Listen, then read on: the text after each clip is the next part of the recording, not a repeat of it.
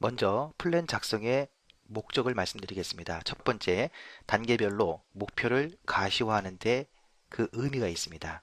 이렇게 함으로써 동기를 부여하고 중장기적인 계획을 고려할 수가 있습니다.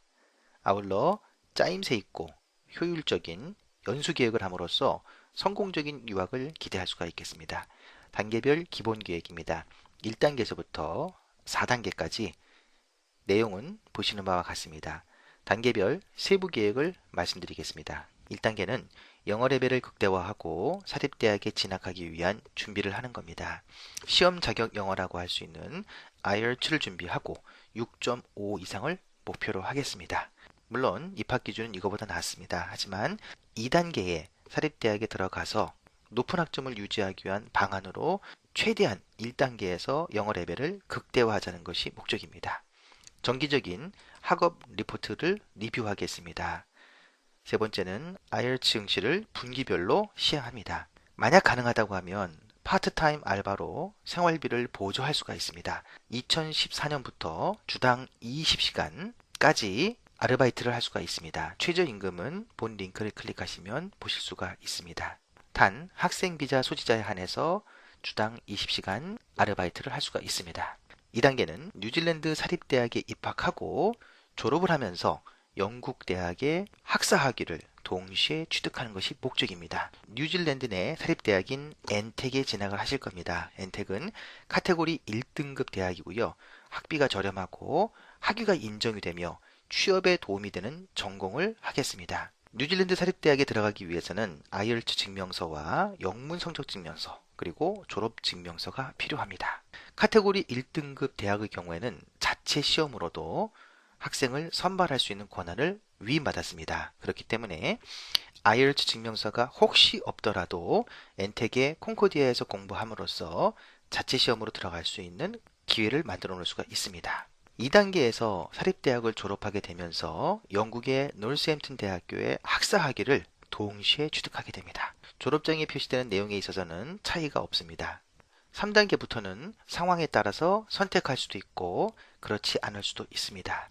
취업비자로 전환해서 열심히 돈을 법니다. 한 2년 정도 벌 수가 있겠죠. 그럼으로써 영주권에 도전을 하게 됩니다. 영주권에 도전하는 방법 및 점수 제도는 보시는 링크를 클릭하시면 알 수가 있는데요.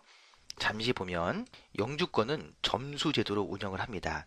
최소 110점 이상을 획득하면 영주권 신청이 가능하고요. 140점 이상을 취득하면 1차로 자동 채택이 됩니다. 디플로마 과정이라고 할 수 있는 레벨 4에서 6 학위를 취득하면 40점이고요. 레벨 7의 학위를 취득하면 50점이 됩니다. 전공과 관련하여 직장을 구직할 경우에는 50점에서 60점. 오클랜드 이외의 지역에서 구직을 하게 되면 추가 10점을 받게 되고요. 연령, 경력 등에 따라서 추가 점수를 획득할 수가 있습니다. 이는 이미그레이션 사이트에서 직접 확인할 수가 있습니다. 보시는 화면이 이민국 사이트입니다. 내용이 자세히 나와 있습니다. 링크 값을 확인해서 체크해 보시기 바랍니다. 점수 예시에 따른 도표를 보면요. 연령 점수는 20세부터 29세까지가 30포인트, 경력이 2년일 경우에 10포인트, 레벨 4에서 6는 40포인트, 7 이상은 50포인트입니다. 이것만 합쳐도 90점이죠. 여기에 전공 관련 고용계약 1년 이상이면 60점입니다. 이렇게 함으로써 토탈 점수는 150점이 되기 때문에 1차 자동 채택이 될 수가 있습니다. 여기서 중요한 것은 연령이겠죠. 나머지 부분들은 의지에 의해서 조정할 수가 있으나 연령 점수는 조정할 수가 없습니다. 그렇기 때문에 때가 있다라는 말이 여기에도 적용이 되는 겁니다. 뉴질랜드 영주권자로서 명문대학교에 진학하시는 것이 어떨까 합니다. 이거는 4단계이기 때문에 이 또한 마찬가지로 취사 선택을 할 수 있겠습니다. 단계별 예상 비용입니다.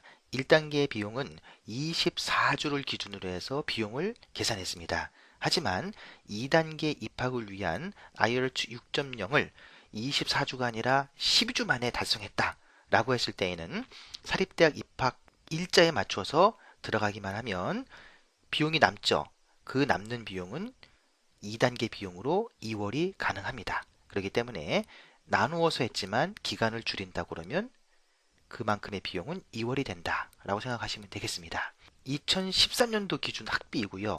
현재 8주 무료 주수가 적용이 되기 때문에 금액은 당초 비용은 8,400 뉴질랜드 달러이지만 6,300으로 바뀌어서 원화로 환산하면 567만 원 정도가 되겠습니다. 북미 지역에 비해서 대단히 저렴한 비용이죠. 2단계 비용은 디플로마 인 비즈니스 매니지먼트 레벨 7 단계이고요. 원래 금액은 18,200 뉴질랜드 달러이지만 20% 학비 할인이 적용이 되어서 15,000 뉴질랜드 달러가 됩니다. 원화로 환산했을 때에는 1,350만 원이 되겠습니다. 3단계와 4단계는 참고하시기 바랍니다. 1단계 567만 원, 1단계와 2단계를 모두 합쳤을 때는 1917만 원이 되겠습니다. 기간은 전체 기간은 1년 6개월을 기준으로 했을 때 금액이기 때문에 상당히 저렴하다고 할 수 있겠죠. 상기 금액에는 숙식비, 항공비, 용돈은 제외한 학비, 교재비, 등록비, 보험비 내역입니다. 유학 플래너의 의견입니다. 군 복무를 마친 상태이고요. 학점이 3.8 이상의 학위 소지 예정자입니다. 그렇기 때문에 뉴질랜드는 북미 대비해서 대폭 절감된 비용으로 공부할 수가 있죠.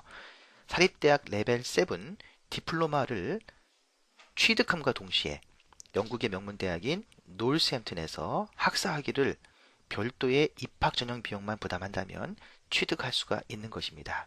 레벨 7 디플로마라고 하는 것은 대학교의 배철러 학위에 해당합니다. 따라서 레벨 7 디플로마를 취득한 후에 필요하다고 하면 본인이 취사 선택을 하여 4단계 뉴질랜드 명문대학으로 석사를 공부할 수도 있습니다. 3단계 영주권을 취득한 상태에서 공부한다면 더메스틱 비용으로 저렴해지는 것이죠. 2013년 12월 중 1단계를 시작합니다. 그래서 사립대학에 진학하기 위한 성공적인 학업 수행을 합니다. 이 1단계가 길면 길수록 2단계에서 공부할 때 실질적인 도움이 됩니다. 필수 목표 단계는 2단계까지로 하겠습니다. 그래서 3단계와 4단계는 유동적인 결정을 하시면 되겠죠. 지금 결정할 이유가 없죠. 다만 2단계까지 공부를 다 했습니다. 그러면 뉴질랜드 같은 경우에 취업했을 때 급여 체계가 한국보다는 많이 높죠. 그렇기 때문에 기왕 2단계까지 공부를 한 마당에 이를 활용한다는 목적을 고려할 때는 3단계, 4단계를 적극 권유해 드리는 바입니다. 3단계까지 잘 마무리했다면 경쟁력 있는 준비된 스펙이라고 할 수 있죠. 학위도 땄고요. 영국 대학에 동시 학위도 취득했습니다. 아울러서 경력도 있죠. 상당히 좋겠죠. 이렇게 충분히 경력을 쌓은 후에 4단계를 목표로 한다면 관련 분야에서 인정을 받을 수도 있고요. 또 아울러 향후 교수직을 생각할 수도 있는 것입니다. 이상 간단한 설명을 마쳤고요. 보다 궁금한 사항은 문의 주시면 상세하게 답변 드리도록 하겠습니다.